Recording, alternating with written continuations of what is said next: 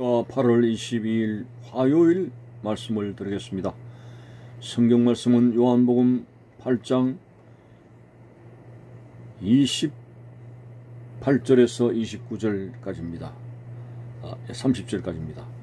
이에 예수께서 이르시되 너희가 인자를 든 후에 내가 그인 줄 알고 또 내가 스스로 아무것도 하지 아니하고 오직 아버지께서 가르치신 대로 이런 것을 말하는 줄을 또 알리라. 나를 보내신 이가 나와 함께 하시도다. 나는 항상 그가 기뻐하시는 일을 행함으로 나를 혼자 두지 아니하시느니라. 이 말씀을 하심에 많은 사람이 믿더라. 아멘. 예수님께서 십자가의 사건과 더불어서 자신을 또 증거합니다. 28절에 너희가 인자를 든 후에 내가 그인 줄 알고, 인자를 들다 하는 것은 모세가 노뱀을 든 것처럼 예수님께서도 십자가에 높이 달리신 대속의 죽음을 인자를 든 후에 라는 표현이 되겠습니다. 십자가에서 대속의 죽음을 죽으시고 난 후에 무리들은 예수님이 하나님의 아들로 깨달아진 자가 있다는 것입니다. 그리고 두 번째는 오직 아버지께서 가르치신 대로 이런 것을 말한 줄 알리라. 예수님의 복음 증거는 예수님께서 전하시는 말씀은 스스로 하시는 말씀이 아니라 하나님 아버지께서 주신 말씀을 그대로 전하는 것이라고 했습니다. 참으로 예수님은 이 땅에 모든 사역을 하시는 동안에 자기의 뜻대로 1점도 하지 않으셨습니다. 하나님의 때를 기다렸고 하나님 아버지의 것을 가지고 이제 전하는 그러한 하나님 중심적으로 하나님 아버지의 모든 것을 전달하는 그런 하나님의 영광을 중심으로 사역을 하셨습니다. 자, 오늘 그것을 말합니다. 아버지께서 가르치신 대로 이런 것을 말하는 줄도 알리라. 나를 보내신 이가 나와 함께 하시도다. 예수님께서는 항상 하나님 아버지의 동행하심을 이제 받고 계시고 늘 하나님 아버지와 함께 하시는 삶을 가지고 있습니다. 왜 그런가에 대해서 29절 하반절에 나는 항상 그가 기뻐하시는 일을 행함으로 나를 혼자 두지 아니하시느니라. 예수님은 하나님 아버지의 모든 것을 전달하고 자기의 뜻과 자기의 주장대로 하지 아니하고 오직 하나님 아버지의 섭리하신 대로 사역하셨고 하나님의 것을 갖다가 세상에 알리셨습니다.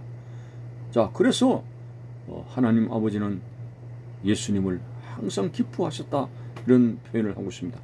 항상 그가 기뻐하시는 일을 행함으로 나를 혼자 두지 아니하시느니라. 오늘 하나님을 기뻐하고 하나님께서 기뻐하시는 말씀에 순종하는 삶을 살아갈 때 항상 하나님께서 우리와 함께 하시는 사실을 예수님을 통해서 깨달을 수가 있습니다. 예를 들어서 에녹 같은 사람은 늘 하나님을 기쁘시게 하는 그런 하나님의 뜻에 순종하는 사람이었습니다. 세상은 죄로 관영했지만은 그러나 에녹은 그 세상의 동요됨이 없이 하나님 말씀에 순종해서 하나님께서 기뻐하시는 삶을 살았습니다.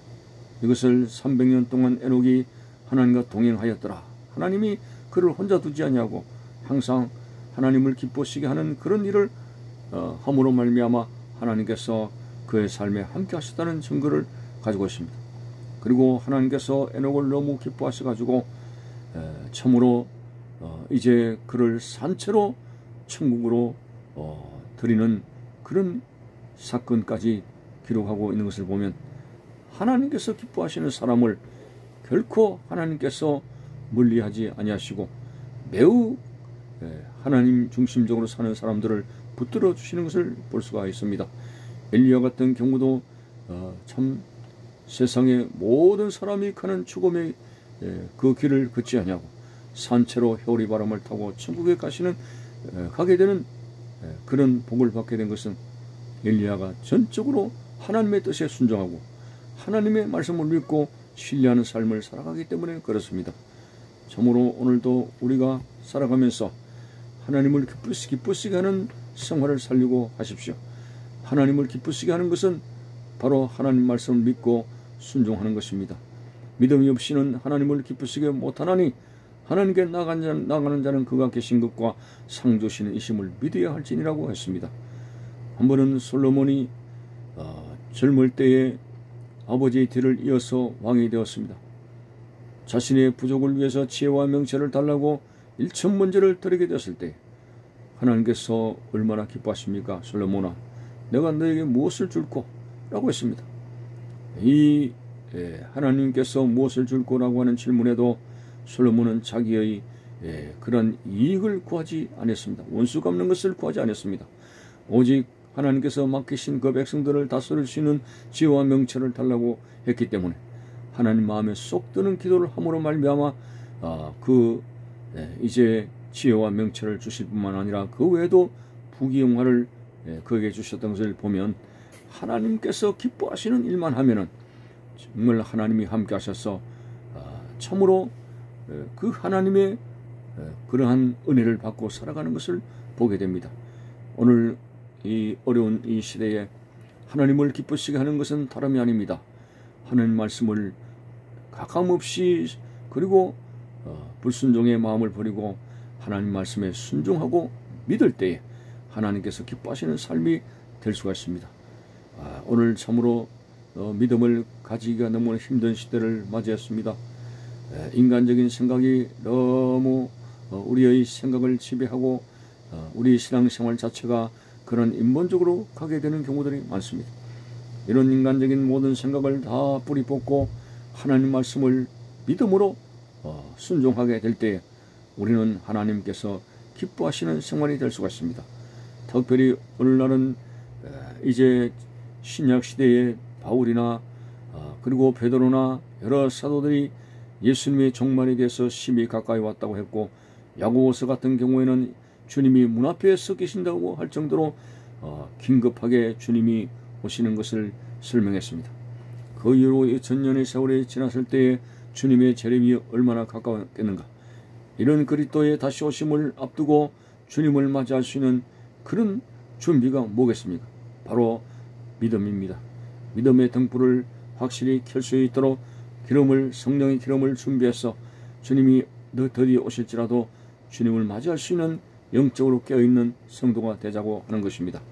어쨌든 오늘 이 본문 말씀에서 예수님은 하나님의 것을 전달하고 자기가 독창적으로 무엇을 만들어가지고 사역하시는 것이 아니라 하나님 아버지의 것을 전달하고 하나님 아버지의 때에 따라서 행동하게 되고, 그랬더니 하나님께서 기뻐하시는 아들 되셨고 언제나 하나님께서 그와 함께 하셨던 사실을 보면서 우리들도 하나님을 기뻐하는 삶을 살아가야 되겠습니다. 여호와를 기뻐하라. 주가 내 마음의 소원을 이루어 주시로다. 우리가 하나님을 기뻐하고 하나님을 가까이 하게 될 때 하나님도 우리를 기뻐하고 하나님께서 우리를 가까이 하신다는 사실을 발견하면서 다른 것 없습니다. 하나님 말씀을 받을 때 인간의 말로 받지 아니하고 하나님의 말씀으로 믿고 받을 때 하나님께서 그와 같은 믿음을 기뻐하시는 것을 볼 수가 있습니다. 눈에는 아무것도 보이지 않고 귀에는 아무 소리 아니 들린다 할지라도 오늘 우리는 하나님 말씀을 굳게 믿고 하나님 말씀에 순종하여 살아가는 믿음의 사람들이 되어져야 되겠습니다. 요즘은 과학의 첨단 문명을 이루게 되고 살기에 너무나 편리한 세상을 맞이했습니다만은 그렇지만은 예수 그리스도는 어제나 오늘이나 영원토록 동일하신데 그 동일하신 주님 앞에 참으로 조금도 우리의 인간적인 그러한 편견과 생각을 나타내는 어리석은 일을 버리고 하나님 말씀에 순종하여 하나님을 기쁘시게 하는 생활이 되어져야 된다. 인자가 올 때의 세상에서 믿음을 보겠느냐라고 오늘 우리가 살아가는 현실에 대해서 믿음의 실종에 대해서 말씀하고 있습니다. 믿음의 부재에 대해서 말씀하고 있는데 오늘 신앙생활의 큰 위기가 아닐 수가 없습니다. 믿음의 위기는 곧 세상의 위기라고 말을 할 수가 있습니다. 오늘 우리들이 믿는 자로서 합당하게 살지 못하면 세상은 더 비극적으로 갈 수밖에 없는 것이죠. 하나님 말씀을 믿는 자가 되어서 하나님을 기쁘시게 하는 생활로 주와 동행하는 생활이 되시기를 바라는 것입니다. 감사합니다.